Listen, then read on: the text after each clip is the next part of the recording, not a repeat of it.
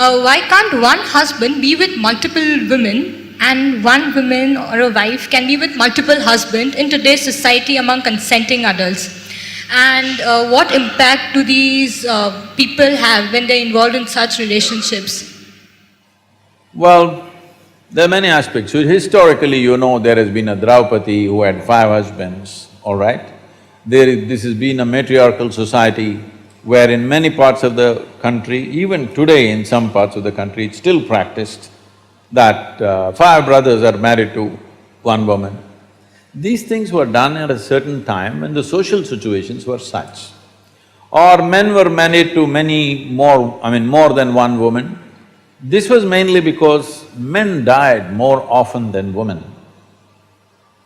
Today, both men and women are outside, both may get killed, that's different. But at that time, largely women stayed home because she was continuously pregnant.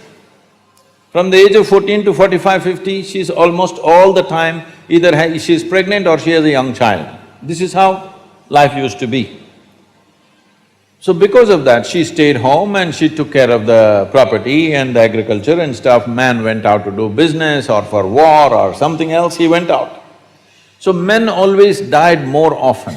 So generally, in most societies in the past, the number of men was much less than the number of women, always. This has been the state all across the world. So naturally, when so many women were there, they needed care and they needed support in the society, and those days a woman could not exist by herself. Unless she's protected by a male partner, it would be very difficult for her to exist by herself because she would be exploited in so many different ways. So always they attached themselves. So naturally a man ended up having 2, 3 women because the population ratio was like that. But now largely it's leveled out. If some individual does it, it's not an issue, but if that becomes a social norm, then how do you decide somebody has whatever, multiple wives, and how do you decide somebody has no wife? This will become a social,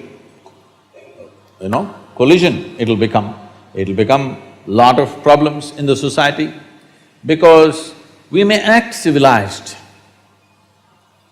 I'm very particular, I'm very clear about saying we act civilized, but when we are denied basic things that we need, all our civilization evaporates and we will behave like animals. Yes or no? So, when fundamentals are denied, people will go flashing. So that's not going to work in today's world. And above all, the woman's condition will become very bad. Those days there was no dearth, if you had land, it was okay.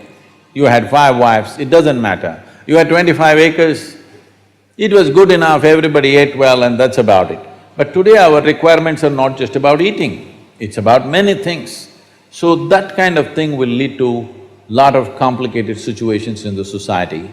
It's better to stick one-on-one and anyway, forever people have been doing their own things beyond the legal relationships, things have been happening in the societies. That involves a certain risk. Somebody who is willing to take that risk, that's for them. But others will live within the legal format. It's a balanced society. If you're asking this question in a more existential way,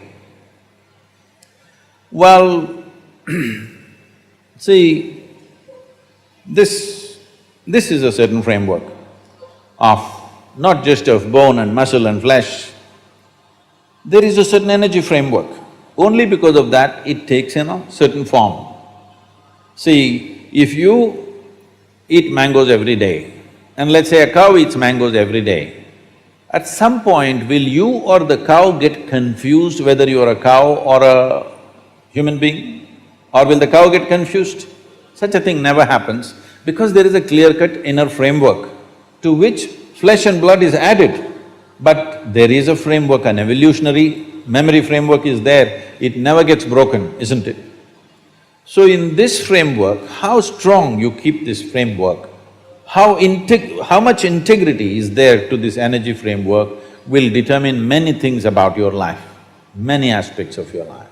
Especially if you want to raise this life to another level of function, it's very important you maintain this integrity. This is why, irrespective of which religion, which spiritual process, if people want to raise themselves to a certain point, first thing they will talk about is becoming monks or brahmacharis or sannyasis, because the idea is to create such a level of integrity that this is a whole life by itself, that it doesn't lean on anything else for support, either for physical well-being or emotional well-being or psychological companionship. It doesn't lean on anything, it stands by itself because you want to take it somewhere else. If you want normal function, these things are not necessary. Now you want to become a rocket which breaks through a certain dimension of space. Now you need to be in a different level of force and integrity, otherwise it'll crack up. So you don't want to open your body to anything, and especially opening to multiple partners has its own negativity in that context. How much pain, and you look at Draupadi's life, how much volatility, how much pain, how much suffering she went through in her life, and how much pain and suffering she caused because of her anger and jealousy and whatever else. So, these things happen for variety of reasons. You can't blame everything on that one aspect, but that aspect also has a say in these aspects, because you're opening up your memory body, your energetic body, which is essentially ruled by memory, to variety of memories. This will cause a whole lot of turmoil within the system, which could affect that life and many other lives. So Draupadi's life is in a way a sample for that. It's not an absolute. This is not an absolute, but this has an influence.